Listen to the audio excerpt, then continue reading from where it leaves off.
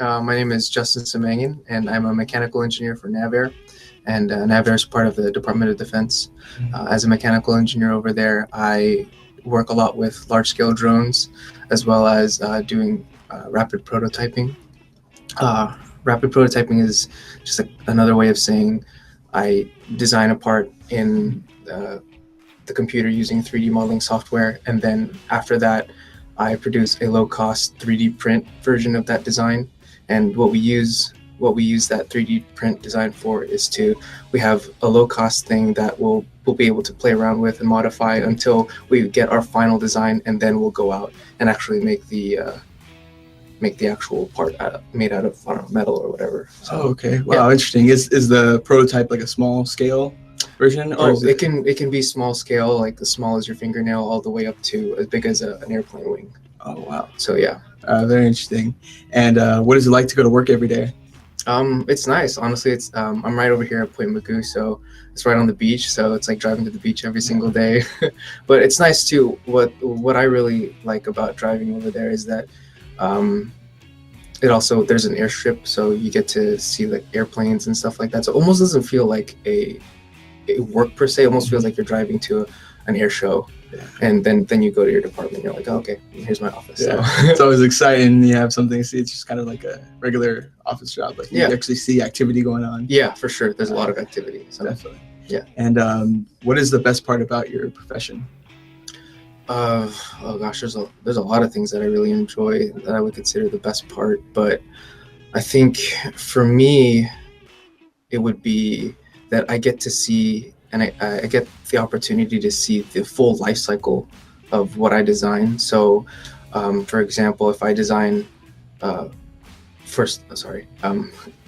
somebody comes to me with a need and be like, hey, we need you to build something like this. I say, okay, I'll put that in the computer. I'll start designing something, and then I will 3D print it and say, is this what you kind of want? Mm-hmm. And they'll be like, yeah, sure. All right, let's start testing it. So I actually go from design to testing, and then once they give the okay, then we send it out over to the Navy and for them to actually use. So I get to see that entire life cycle. Oh, okay. What is rewarding about your profession? What's rewarding is that I know that whatever I do, and if I do it to the best of my ability, it'll keep our soldiers safe out there when they're fighting and protecting our freedom and safety. So definitely. Yeah, so that's pretty rewarding. Yeah. And do you have a personal connection to your profession? In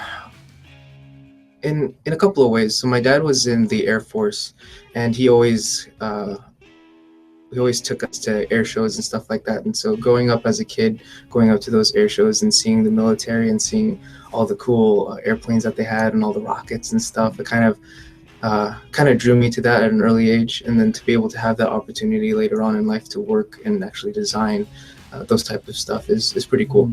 Going to those air shows, how was that for you? Oh, that experience. Oh man, it's like a little kid in Toys R Us, when you take your kid to Toys R Us, you're like, oh my gosh, look at all this stuff. Look at this toy over here. Look at that toy over there. It's the same thing for me at those air shows. Like, look at this plane over here. Look at that over there. Oh, look at the plane in the sky. So it was good. Yeah. Those are definitely one of my fondest memories as a kid.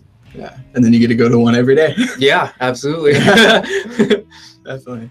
And when you were younger, what did you imagine you would do for a profession? When I was about 3 or 4, I remember I wanted to be an astronaut. And then afterwards I was like, oh, astronauts, it's kind of a hard field. Let me try fighter pilot. I'm like, oh, you have to be really smart to be a fighter pilot too, and you gotta be in shape and stuff. Like, I don't know. So so just kept like dwindling down until engineering. Not to say engineering is bad, but I mean that's what I wanted to be, an astronaut or a fighter pilot as a kid. Yeah. What about that just really interests you? I mean, have you ever gone to an air show before? Yeah. I mean, you hear how loud those things are. Yeah. They sound awesome, and then you see them going super fast. As a little kid and growing up, I wanted to be a part of that. I wanted to know how it worked. Yeah. And did you grow up building things when you were younger or anything like that? Yeah. For Christmas, my family usually gave me model airplanes or those little toy car kits and stuff. And so I remember spending a lot of my Christmas mornings after opening the presents just getting out the glue, getting out the screwdriver and stuff like that, and tinkering with those type of things. Also, my dad helped let me work on the car and also work around the house fixing up stuff. So if the sink didn't work, he let me do it. And so at an early age, I cultivated a sort of a desire to do things hands-on, get my hands dirty, fix things and stuff. So could you tell me about someone who's been the biggest influence in your life? Definitely my parents. My dad was a very hard worker, and so was my mom, and my parents encouraged me to, whenever I met a challenge, not to run away or to hide from it. They encouraged me to look at it and try to conquer it as fast as I can, as best as I can. And even if I failed, charge it to experience, so that just in case another challenge like that occurred, I'll be able to look at it and be like, I've done something like that before. Hopefully I'll be able to conquer it this time. What advice would you give to children who would like to enter a STEM profession? I would say, number one, stay in school and develop good habits, both study habits and then habits at home as well. I would also say,